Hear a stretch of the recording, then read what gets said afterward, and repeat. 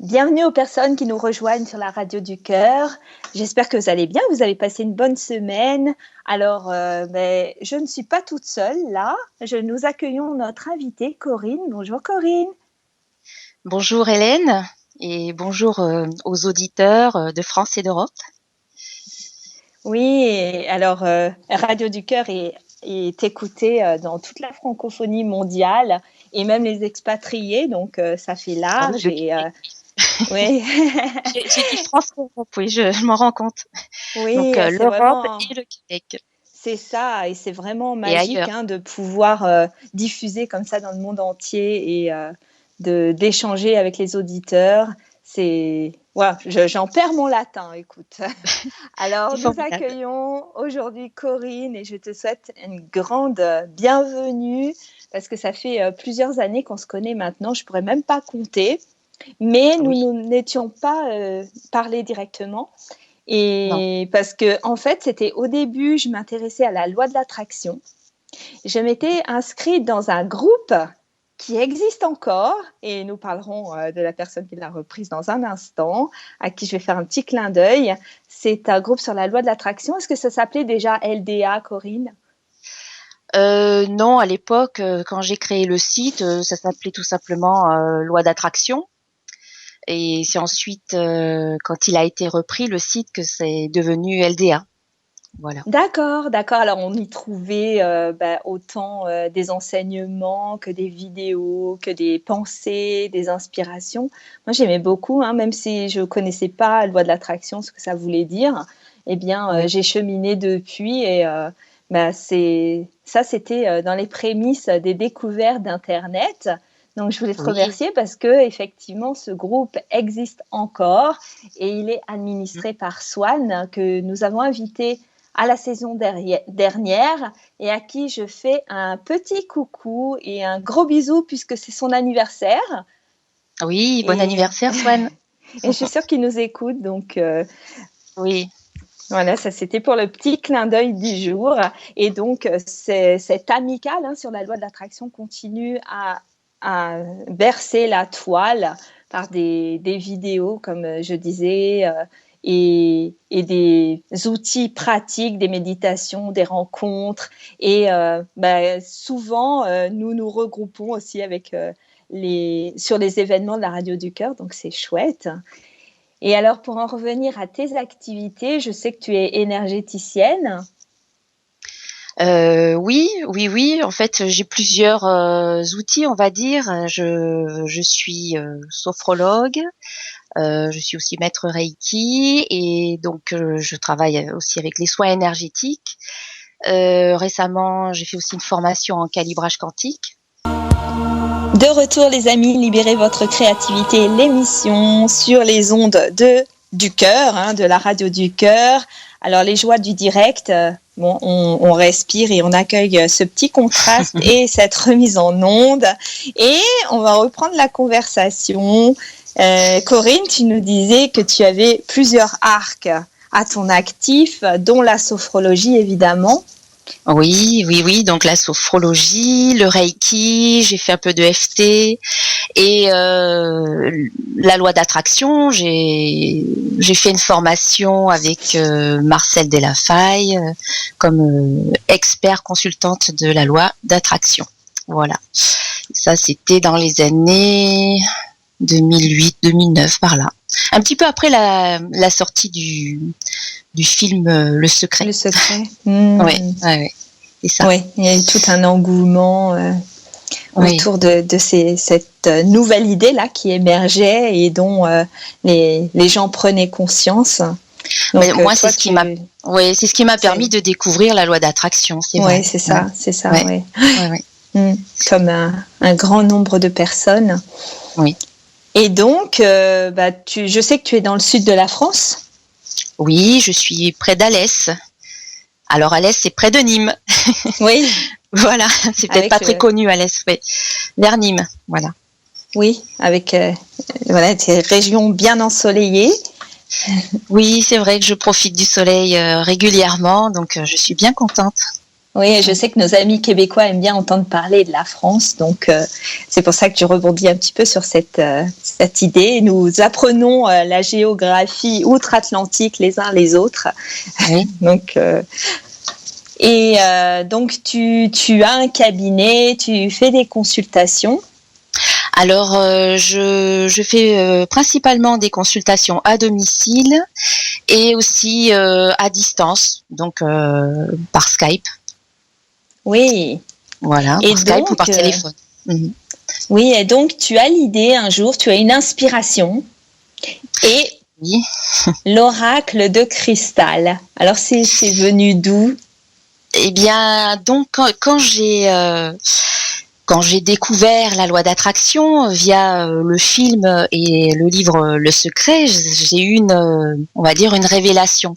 Pour moi, c'était fantastique de pouvoir créer vraiment sa vie, vraiment de devenir le maître créateur délibéré de sa vie, ne plus subir, ne plus être victime de sa vie. Donc, quand j'ai découvert la loi d'attraction, je me suis bien intéressée à ce sujet. Ensuite, j'ai fait donc la formation de Marcel et un peu plus tard, donc c'était dans les années 2009, je me suis dit mais pourquoi voilà, cette loi d'attraction, elle était tellement joyeuse, tellement enrichissante et tellement waouh pour moi, que j'ai voulu que d'autres personnes connaissent cette loi afin que tout le monde puisse être le créateur de sa vie, que chacun puisse reprendre les rênes de sa vie. Et je me suis dit voilà, comment est-ce que je peux faire ça? Et j'ai eu l'idée donc de créer.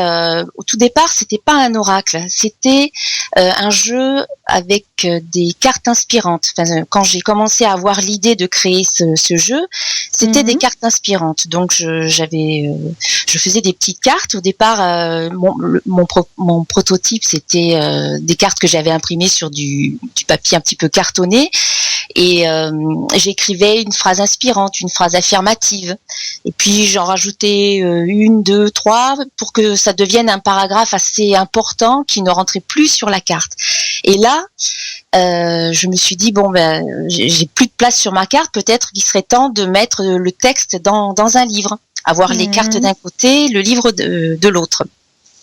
Et puis comme j'ai toujours été attirée par les jeux de tarot, par les oracles, j'aime beaucoup depuis que je suis toute petite. Alors est-ce que tu peux juste nous décrire ce que c'est qu'un oracle, la différence entre un jeu de cartes ou un oracle? Un oracle, c'est un jeu avec... tu veux connaître la différence entre l'oracle et le tarot, et le tarot par exemple? La définition de l'oracle. Je pourrais pas trop te dire. L'oracle, c'est un jeu entre guillemets qui peut servir également à la divination, mais qui va te donner des indications sur. Après, tout dépend le thème de l'oracle. Hein. Mais il va te donner des indications. Moi, en tout cas, mon oracle à moi, il est basé sur la loi d'attraction. Donc, il va te donner des indications, des pistes de réflexion concernant la loi d'attraction. Comment mettre en application la loi d'attraction dans sa vie. En fonction de la carte qui est tirée, il va orienter la personne dans telle ou telle direction. Et je pense que je vais l'expliquer un petit peu mieux par la suite. C'est dans l'intention de guidance. Oui, c'est ça. Donc, c'est une guidance spirituelle parce que la loi d'attraction, c'est une loi universelle. Et voilà, elle nous aide à vraiment redevenir le créateur, reprendre le pouvoir, notre pouvoir personnel dans notre vie. Donc, je ne sais plus où j'en étais. Je parlais de comment j'ai créé. Ah oui, comment j'ai créé le jeu. Donc oui, au départ, c'était des cartes inspirantes, et puis petit à petit, c'est devenu un oracle parce que je voulais allier à la fois le côté inspirant des cartes, des messages positifs, et ensuite le côté un peu divinatoire, parce que voilà, l'oracle peut être divinatoire aussi, peut aider, donner des réponses à des questions. C'est ça un peu l'oracle. Oui. Et donc c'est comme ça que petit à petit j'ai créé le jeu. Et bon, quand je me suis demandé comment j'allais l'illustrer, tout naturellement je me suis dit je vais utiliser mes peintures, celles que j'avais peintes depuis 2003, que j'ai commencé à peindre au cours de ma formation en sophrologie. Voilà, je me suis mis à peindre parce que ça m'a permis de laisser un petit peu mon inconscient s'exprimer à ce moment-là. J'en avais besoin. Et toutes les toiles que j'avais, eh bien, elles m'ont servi à illustrer le jeu. Voilà, et donc le jeu est sorti en 2010. Et alors, au départ, tu t'en servais pour toi, pour ton entourage? Oui, au départ, je m'en servais principalement pour moi. Avant que je l'imprime à une plus grande échelle, oui, c'était pour moi. Et puis ensuite, bon, quand j'ai décidé, j'ai essayé de passer par des maisons d'édition. J'ai tenté plusieurs maisons d'édition en France et même au Québec. Mais bon, ça n'a pas abouti. Donc je me suis dit, mais je vais me débrouiller par moi-même. Donc j'ai fait imprimer le livre sur Internet. Maintenant, on trouve plein de sites qui le font. Et puis j'ai fait imprimer le jeu. Voilà, directement aussi chez un imprimeur. Ah oui, là, tu touches un point très, très intéressant pour nos amis auditeurs. C'est que lorsqu'on veut vraiment quelque chose, les moyens s'alignent avec cette chose. Oui, c'est ça, on trouve le moyen. Voilà, les choses se réalisent d'une façon ou d'une autre, pas forcément comme on pourrait le souhaiter au départ, parce que moi, au départ, c'était, voilà, je vais passer par une maison d'édition, etc. Mais comme ça n'a pas fonctionné de cette façon-là, bon, je n'ai pas baissé les bras et au contraire, ça m'a motivée pour le faire, mais d'une autre façon. Oui, tu es restée focalisée sur ton intention. Oui. Bon, de le partager et qu'il puisse servir aux personnes à qui ça parle. Oui, c'est ça. Oui, bien sûr, c'est un outil comme un autre aussi. Donc ça, il va parler à certaines personnes et peut-être pas à d'autres. Mais bon, il faut de tout en fait pour tout le monde et c'est ça qui est bien. Donc le but quand j'ai créé ce jeu, donc comme je l'ai dit au départ, c'était vraiment pour donner un outil concret aux personnes qui se lancent dans la loi d'attraction, enfin qui découvrent la loi d'attraction ou même celles qui l'utilisent depuis plus longtemps, mais c'est de leur donner un outil concret pour mieux comprendre la loi d'attraction et pour l'appliquer dans leur vie. Parce que c'est pas toujours évident. C'est pas toujours évident d'appliquer la loi d'attraction. Il y a pas mal il y a certaines choses qui font que on n'y arrive pas toujours. Du premier coup, en tout cas. Donc là, c'est l'outil pour se brancher justement à sa partie divine et puis grâce à ça, trouver l'inspiration et soit se donner une guidance soi-même ou en donner aux autres. Oui, c'est ça qui est bien, c'est qu'on peut l'utiliser pour soi-même. C'est un jeu vraiment personnel.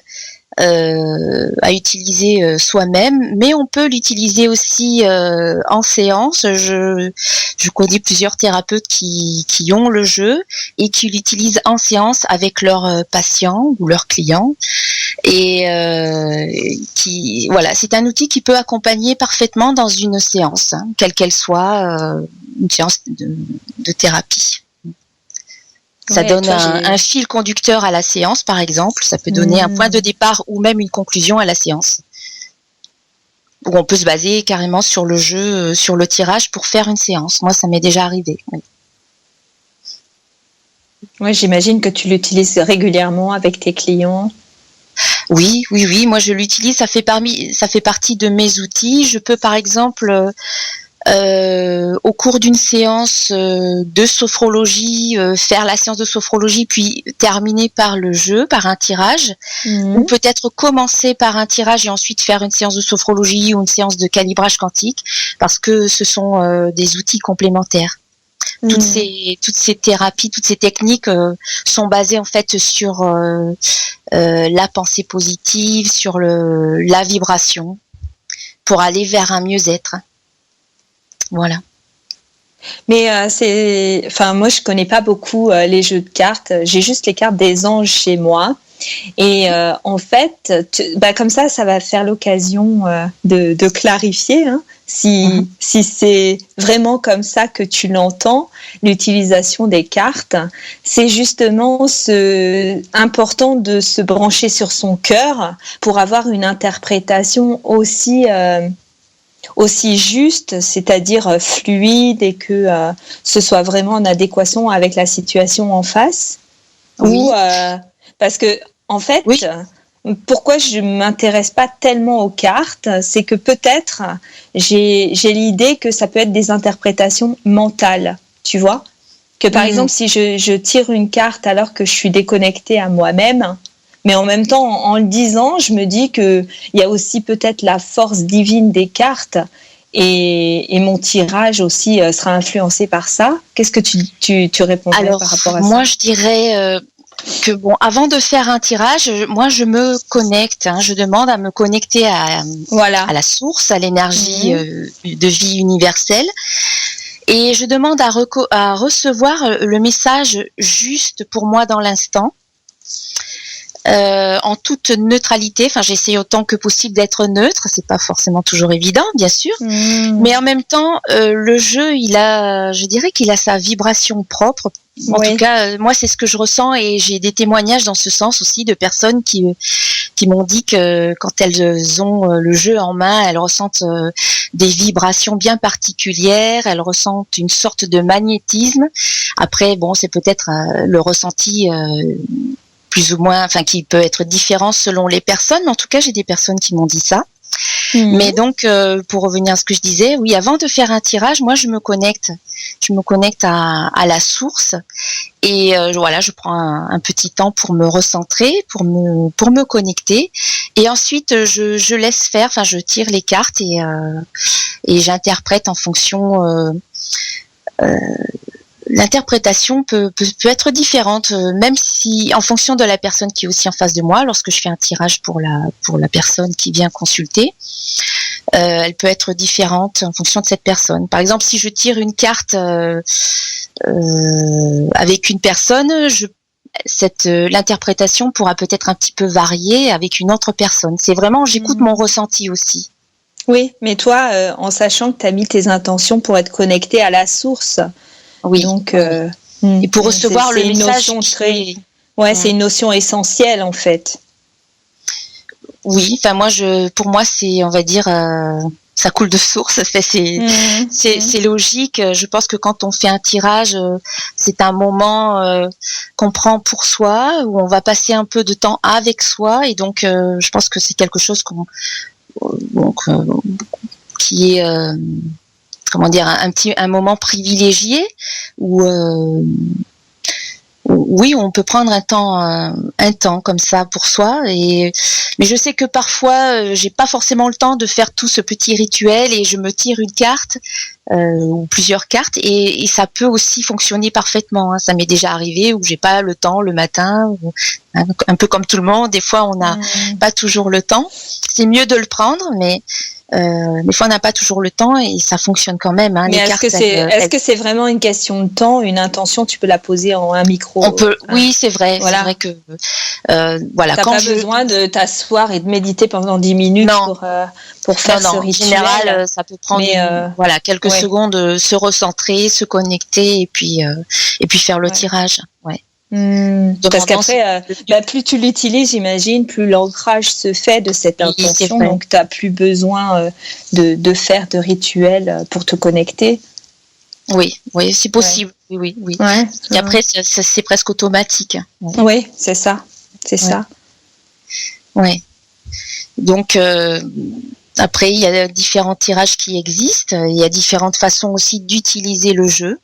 Et alors, c'est pour des cas personnels, dans quel domaine les gens l'utilisent le plus, te font la demande le plus? Alors, la plupart du temps, les gens, on va dire qu'ils laissent faire l'univers. Moi, je leur propose, des fois quand je fais des salons ou des journées un petit peu de découverte de l'oracle de cristal.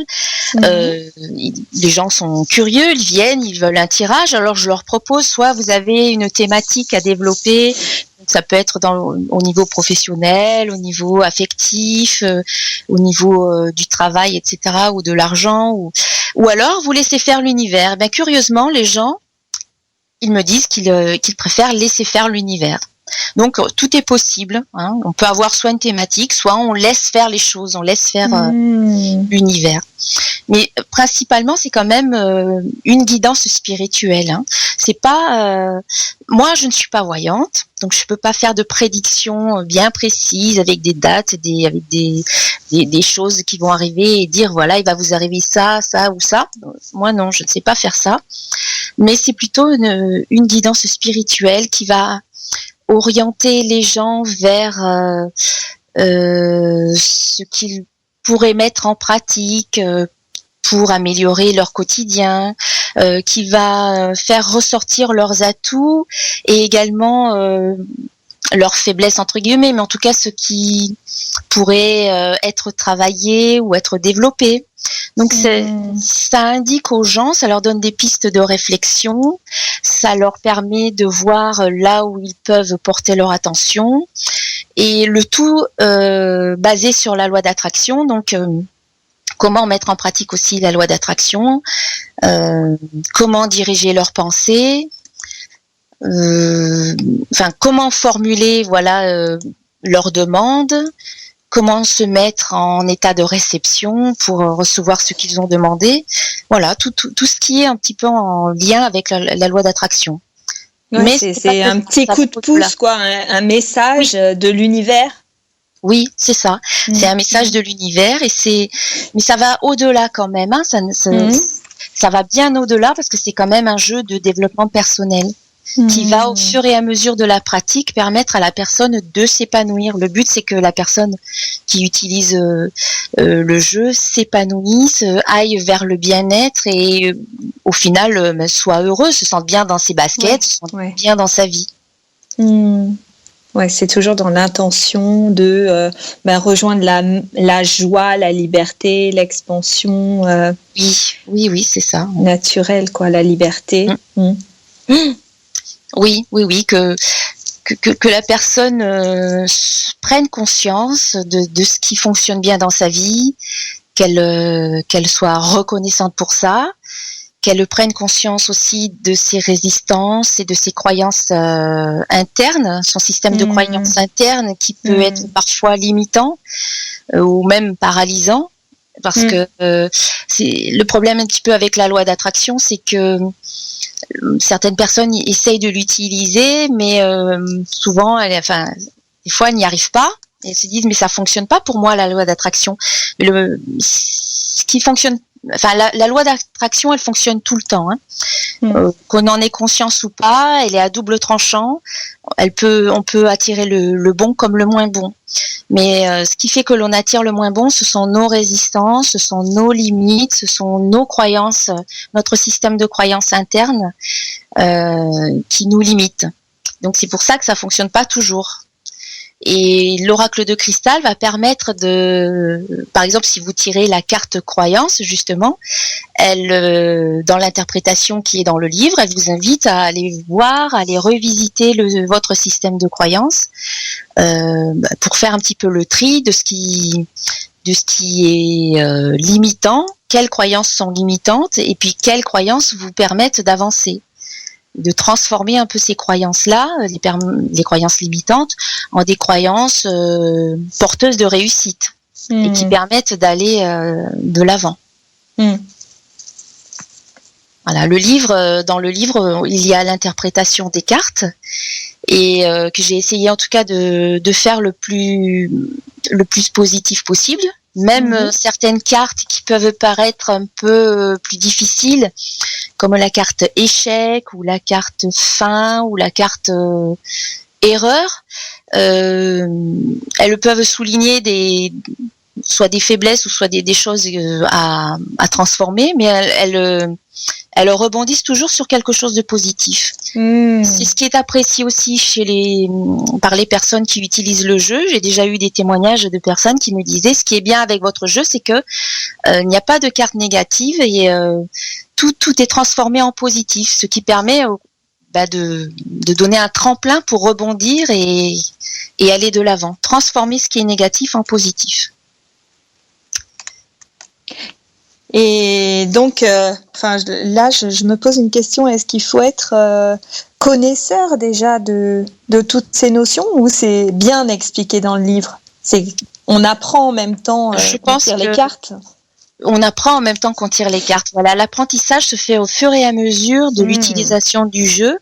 Les personnes qui ne connaissent pas la loi d'attraction peuvent parfaitement utiliser le jeu. Ah oui, ça fait un cours en même temps. Oui, ça fait un cours. Le but, c'était vraiment de mieux comprendre la loi d'attraction, de la découvrir pour ceux qui ne la connaissent pas, et de l'utiliser au quotidien, selon ses envies. Voilà, on peut utiliser le jeu tous les jours si on a envie, avec différentes fréquences, ou si on a envie que ce soit un peu plus espacé, on peut le faire aussi. C'est selon son ressenti. Oui, c'est vraiment un jeu qui aide à se recentrer, qui aide à aller de l'avant, à rester positif et à découvrir des notions peut-être qui n'étaient pas connues auparavant, comme le pardon. J'ai le témoignage de Céline qui me dit j'ai redécouvert, en utilisant le jeu, la notion de pardon. Pour elle avait une notion un petit peu trop religieuse et ça ne lui convenait pas. Oui. Et avec le jeu, elle a redécouvert en tout cas une autre façon d'appréhender le pardon. C'est plutôt quand on pardonne, quand on se pardonne à soi-même ou qu'on pardonne aux autres, c'est une façon de se libérer de liens toxiques qui nous rattachent à des situations négatives ou des personnes négatives. C'est pas qu'on est forcément d'accord avec ce qui s'est passé, mais on se libère. Ça nous permet de couper les liens, les chaînes, le boulet qu'on traînait au pied, et on s'en libère. Et elle avait pas vu ça comme ça. Ouais, non, elle ne voyait pas comme ça. Voilà. Que ça lui a permis de prendre conscience que le pardon, c'est pas forcément la notion religieuse qu'on peut connaître, et que c'est quelque chose de plus libérateur. En tout cas, pour soi. Parce que le jeu, il est personnel, il est pour soi. Les cartes, elles nous parlent à nous en premier, dans notre fort intérieur. Oui, donc ce sont des notions auxquelles le livre apporte de nouvelles perspectives, une autre ouverture, un autre accès. Oui. Voilà, c'est ça. Et dans le livre, en fait, c'est un livre assez complet. Il y a l'interprétation des cartes, il y a des mots-clés, il y a des affirmations positives qui vont justement permettre de transformer des croyances qui peuvent être limitantes en croyances qui vont nous aider, qui vont nous porter vers le bien-être. Et il y a même un espace pour écrire nos propres affirmations positives. Moi, j'en propose une liste, mais on peut écrire aussi nos propres affirmations, celles qui résonnent le mieux ou le plus. Et puis des espaces pour écrire, par exemple, nos succès, pour souligner l'abondance qui est déjà dans notre vie, pour écrire les croyances qui sont limitantes et puis comment les transformer en croyances positives. Voilà, des espaces qui permettent d'écrire, selon nos envies. Qu'est-ce qu'il y a d'autre ? Un espace pour écrire des notes aussi à la fin du livre. Donc je propose des exercices dans le livre pour justement ne pas rester comme ça et donner un outil de plus pour transformer des situations. Le but c'est toujours c'est un accompagnement aussi dans son cheminement. Au-delà de tirer les cartes, on arrive à mettre en lumière nos situations et qui vont toujours dans le sens de l'expansion. C'est ça, voilà. Mettre en lumière des zones d'ombre et les accepter. Et puis ensuite, une fois qu'on les accepte, on peut travailler dessus. Voilà. Waouh. Alors, je comprends que tu apprécies beaucoup ce compagnon que tu as attiré dans ton expérience et que maintenant tu fais partager au plus grand nombre d'entre nous. Et en même temps, moi j'entends ce parcours de créativité, c'est-à-dire que tu as eu une révélation et tu l'as mise en manifestation, même s'il y a eu des résistances intérieures reflétées à l'extérieur. T'as pas trouvé d'éditeur, t'as quand même réussi à faire des supports illustrés par tes propres toiles. Alors ça, moi, je trouve ça magnifique quand ça combine à la fois ce que tu fais. Et là, maintenant, c'est un outil qui se propage au-delà des frontières, puisqu'avec Internet et tout ça, et maintenant qui est en réédition. Oui, donc là il a été relooké. Donc la première édition, j'ai une amie, Marie-Lou Solaire, qui est également thérapeute, qui m'a aidée pour le design, qui a fait le design. Et puis là, donc je l'ai relooké un petit peu et pour qu'il soit un petit peu plus harmonieux, avec des coins arrondis. J'ai rajouté une petite phrase de synthèse au bas de chacune des cartes et il y a un joli cadre et puis voilà, toutes les illustrations des toiles sont au même format, donc il est très beau. Moi je l'aime bien comme ça, voilà. Je sais, les amis, que vous aurez l'occasion de les découvrir avant de le commander sur Internet, sur la page Facebook. Je m'empresserai de publier des images juste après l'émission. Alors, Corinne, tu nous as offert le haut privilège vraiment d'accueillir des questions. Alors, il y a des personnes qui se sont précipitées pour nous en envoyer. Et de toute façon, on va les accueillir, ces questions, juste après la pause musicale. Et alors, tu avais besoin d'une situation et d'un prénom, tout en sachant que ces cartes apportent de la théorie des enseignements. Elles peuvent servir aux auditeurs pour élargir vos compréhensions. Et j'imagine en même temps que toutes les personnes qui écoutent en direct et en différé sont concernées par les réponses. À partir du moment où elles sont connectées à leur cœur, elles vont aussi recevoir selon leurs intentions profondes. Oui, je pense tout à fait comme toi. Les personnes qui écoutent là aujourd'hui maintenant vont recevoir également quelque part un message qui leur est destiné dans les réponses que je vais donner après. Oui, et puis et déjà maintenant aussi. Oui, c'est vrai. Et puis, le petit, le point de repère, c'est la joie, c'est comment vous vous sentez, si vous vous sentez concerné ou pas, si c'est agréable ou pas en vous. Et en tous les cas, moi j'ai bien hâte d'avoir ces réponses aux questions. Et puis on se dit tout de suite après la pause. À tout à l'heure alors.